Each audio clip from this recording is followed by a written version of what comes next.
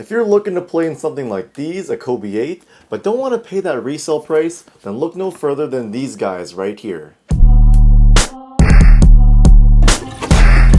Yo guys, what is good? Zakaragi back at it again, and today we have another episode of Toilet Reviews, the series where I put a shoe on a toilet, then review it for all of you guys out there. So for today's episode, we have these guys right here.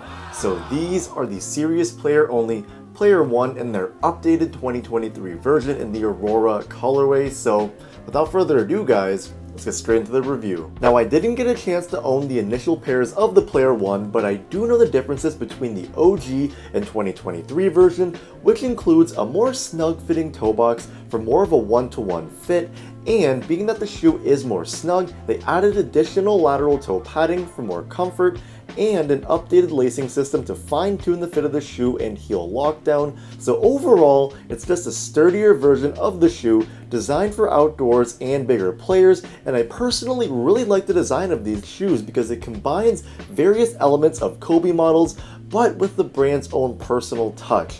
And I love that the brand is very open to criticism and doesn't take it negatively and uses it to refine their product, which is what they did with this shoe. When I initially first tried on the Player 1, it really reminded me of these guys right here, the Nike Kobe 8, because they felt almost exactly the same. So I'm hoping that the Player 1 plays almost identical to the Kobe 8 on court, because guys, the Kobe 8 is one of my favorite hoop shoes of all time to play in, and it's absolutely an amazing shoe to play in guys. So I'm hoping that everyone out there that hasn't had a chance to play in these is able to grab a pair of the Pro Tros that are coming out, but that's not what we're talking about today. So when it comes to the Player 1 guys, there's a lot of controversy surrounding the brand itself and the shoe, because a lot of people are upset because they're saying that, you know, serious players only is lazy for copying Kobe designs and whatnot. But personally, I think it's really smart because these days, you know, everybody just wants to play in Kobe's. So to have a shoe that looks like a Kobe and hopefully plays like a Kobe is very, very smart in my opinion. So shout out to serious player only. Moving along, this colorway is super dope guys, straight up Kobe 11 vibes when they were doing the Aurora colorways on Nike ID, and I've been waiting for this pair specifically since they teased images of the shoe, and I love the contrast with the white and gray marble color seen on the midsole and outsole.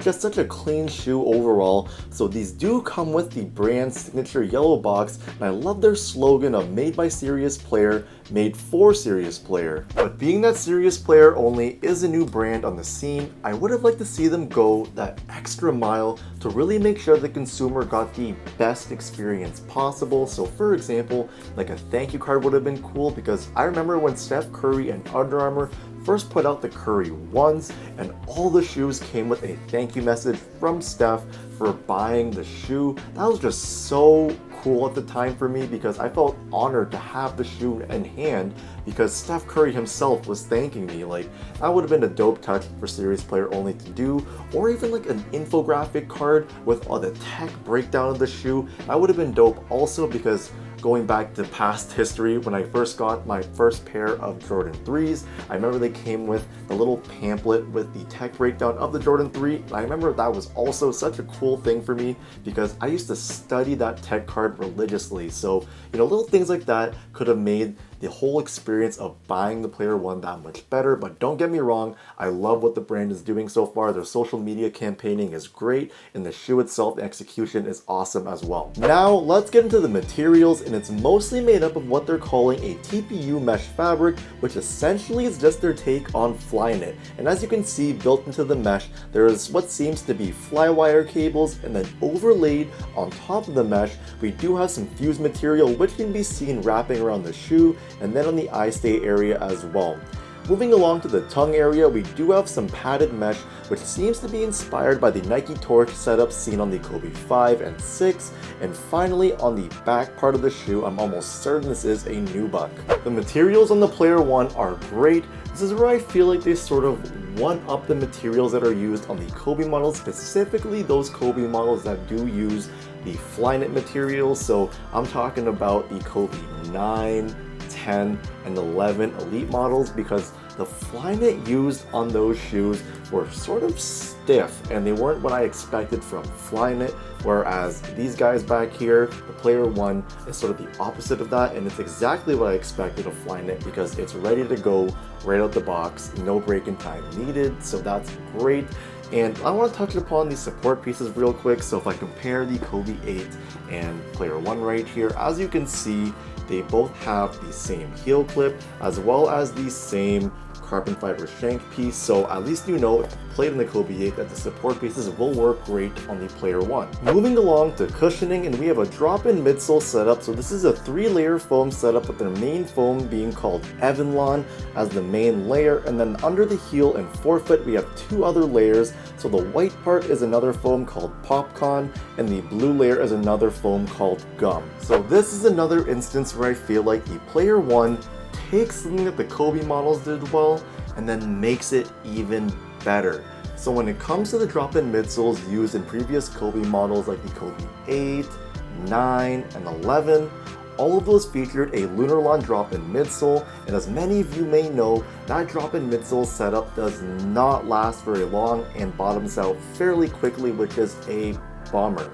But when it comes to the Player 1, it features a beefier drop-in midsole than that of the Lunarlon drop-in midsole, and especially with the 3-layer foam within that drop-in midsole that the Player 1 features, I just feel like it will last a whole lot longer than the Lunarlon, so that's why I feel like it's better than what the Kobe models did.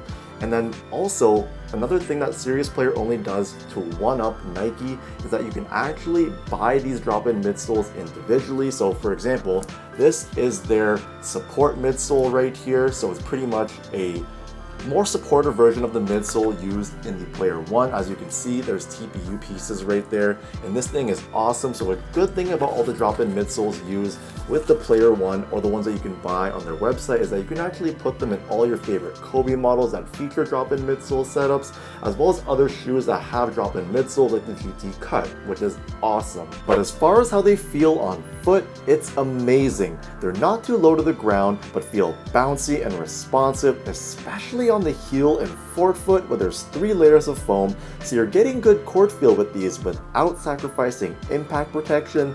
Also, the brand does provide this thin foam insole that you can put under the drop-in midsole for a little extra cushion. This is like an added bonus to add to the overall comfort of the shoe, so I really do feel like this is a step above the Kobe cushioning setup. Moving on to the outsoles, we have a comb pattern, which essentially is just a multi-directional herringbone with little nubs in between the grooves. Finally, for fit, go half a size up because that's what they recommend on their website, and they do fit very snug, so wide footers might even want to go a full size up. But overall guys, I really like what Serious Player Only is doing right now. I'm excited to see what they have in store for us for the future. However, I would like to see for their next, let's say, Player 2 model, that they sort of include a new, fresh, original design that doesn't involve design cues from previous Kobe models, but instead has performance aspects that Kobe's are known for. So that's my next challenge for Serious Player Only if you guys see this video, but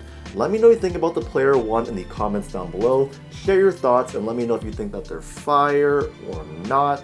I'd love to hear from you guys, so comment down below. But we're at that point of the video guys now, it's time for hashtag Zacharagi, what you rockin'. So for today guys, I got one of my favorites, like I mentioned before, the Kobe 8. So wow, look at this one guys. This is such a clean and fire pair right here, one of my favorites. So that's it for today guys. I appreciate each one of you guys for watching. I'm signing out. Peace.